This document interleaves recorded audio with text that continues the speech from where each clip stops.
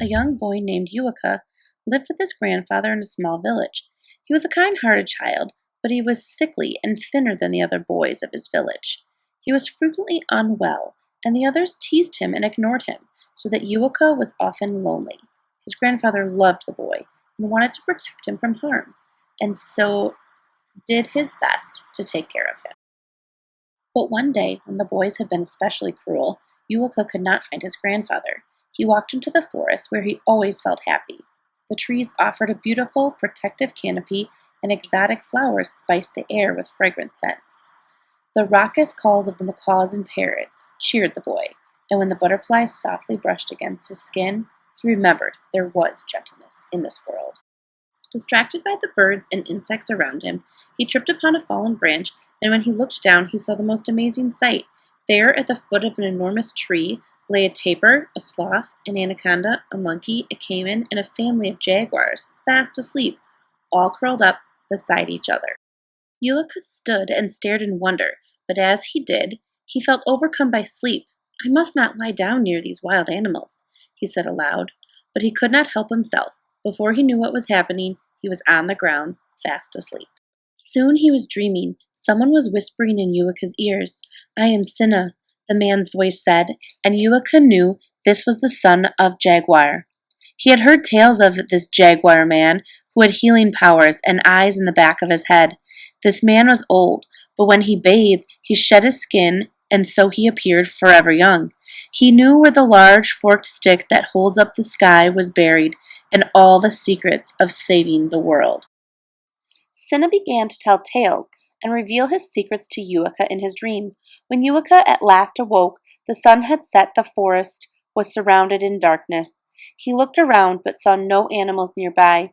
He ran home as fast as he could, but the next morning he could think of nothing but that tree and the mysterious Sinna, the Jaguar man, and so he walked back into the forest, telling no one where he was going.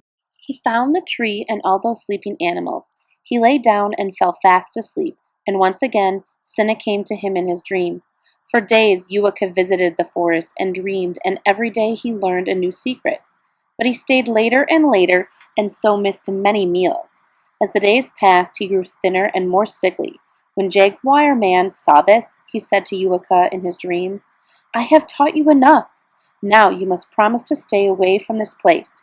If you return, you might never leave." Yuaka took this advice deep into his heart, for he had grown to love Sinna nearly as much as he loved his grandfather. He would be sad not to return, but he gave his word, and then he walked home. "Child," his grandfather said, "I have been greatly worried about you. Please, you must eat." Yuaka comforted his grandfather. "Do not worry," he told the old man. "I have a secret." And then he led his grandfather into the forest to show him the dreaming tree. When they were nearly there, Yuaka stopped, for he had remembered Sinna's words. "I cannot go closer, grandfather. I must stay away now." But his grandfather already had walked close, and the powers of the dreaming tree had captured him. He was on the ground fast asleep among the animals.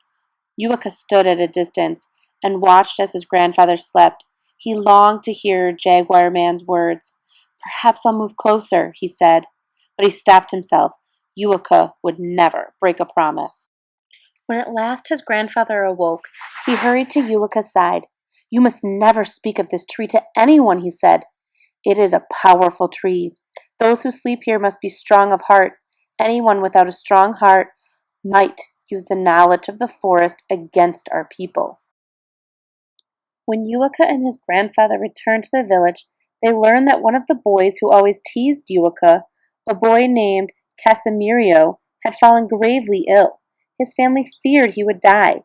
"I can heal him," Yuaka said, and he went to the boy's side, laid his hands upon him, and Casimirio was cured. So it was true.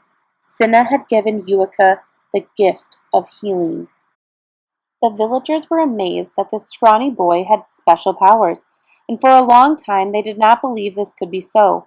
But again and again, Yuaka cured those who were ailing, and soon everyone understood Yuaka had a special gift. No longer did the bullies tease him. Casimirio became one of his dearest friends. One night, Sinna came to Yuaka again in a dream. "You have done well, child," he told him. "You obeyed my command to stay away from the dreaming tree, and you have shown generosity to all, even your enemies. Therefore, I will teach you more." Every night after that, Jaguar Man visited Uica in his dreams. Uica and his grandfather built a house in which to sleep and dream, and there Uica learned the wisdom of the forest. Along with his healing powers, he learned to work with all the forest's gifts. He created necklaces and bracelets, belts and coats using feathers and flowers, stones and shells, nuts and bones. People were dazzled by the beauty he could conjure from the smallest, simplest things. All was well until one day greed and envy crept into the heart of a woman of the village. "There's no sense learning to create these things," she said to her friends. "Uica owns so many wonderful things. We should steal his treasures." They hid behind Uica's house until he returned from fishing in the river. But Uica had learned another secret from Jaguar Man. He could see everything, even things standing behind him, and he spied his enemies in hiding. He quickly turned on them. "This is how you repay me," he said. "Now your greed will rob you of gifts." And with those words, he vanished beneath a crevice in a rock, and the boy who could cure all was lost to the people forever. However, legend tells us that to this day, Uica dreams inside that rock, where he continues to learn the gift of healing from Sinna, the Jaguar Man. It is also said that those who possess loving and generous hearts and listen closely in their dreams may still receive his wisdom.